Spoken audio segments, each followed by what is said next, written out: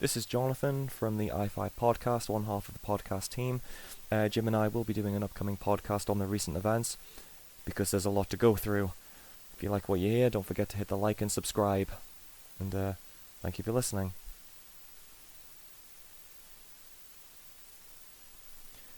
Well, Liz Truss has resigned. She was in power for 44 days. Yeah, that happened. We'll be going into this a lot more in a podcast, but for now, in summary, after a disastrous mini-budget that crashed the pound and almost brought the pension fund to its knees, the Chancellor of the Exchequer resigned. It was one of the shortest terms for a Chancellor, if not the shortest.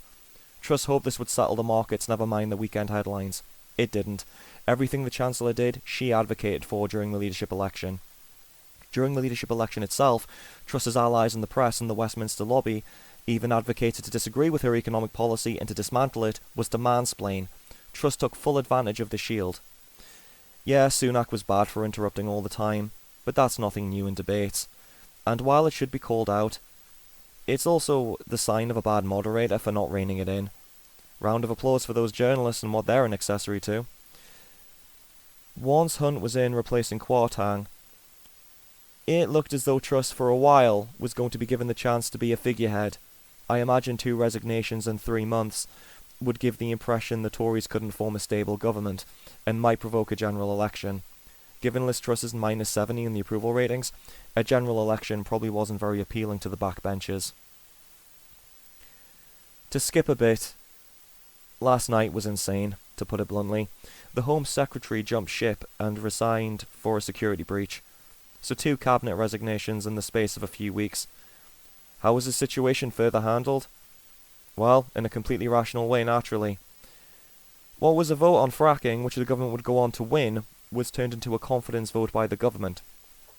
Subsequently, MPs reportedly were manhandled while crying, being taken into rooms to be forced to vote with the government, and the chief whip resigned, apparently walking out of an office and saying in front of the press, "I'm no longer the chief whip."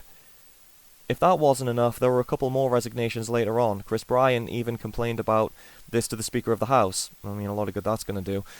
Because physically manhandling people breaks all kinds of rules to do with preventing coercion in Parliament. Who would have guessed? Yep, the Tories unified pretty quickly around Truss. That was sarcasm. I mean, they didn't. And they haven't. Whoever gets in next, the party will still most likely be split. And what does this mean for the population? Well, more austerity, as they will use Liz Truss's budget as the only alternative. Truss couldn't even refrain from rocking the boat, and now she's gone. And the replacements are already being mentioned. Penny Mordaunt, whose brother isn't supposed to be talked about, and who also has a history of being incompetent at the job she's been in. Rishi Sunak, who is also economically questionable, though I'm sure he looks forward to the mansplaining accusations when he points out questionable economic theory. Brandon Lewis has been mentioned, as well as Boris Johnson, who has a 33% approval, which is higher than Sunak's. I personally don't think Boris Johnson's going to make a comeback. I just can't see it. Although, to be quite frank, nothing really surprises me. Nothing really surprises me in British politics at this point. The press will have their story, while the population will look on in fear for the future as prices go up and more of the essentials become luxuries that have to be sacrificed. We are becoming desensitized to the homeless on the streets, and cases of trench foot have emerged in some areas of the UK amongst the communities. You know the disease that was famous in World War I. 2 prime ministers, one resigned in complete disgrace and a cesspool of corruption, the next one resigned because she crashed the economy, and now we can look forward to the next one. God help us all.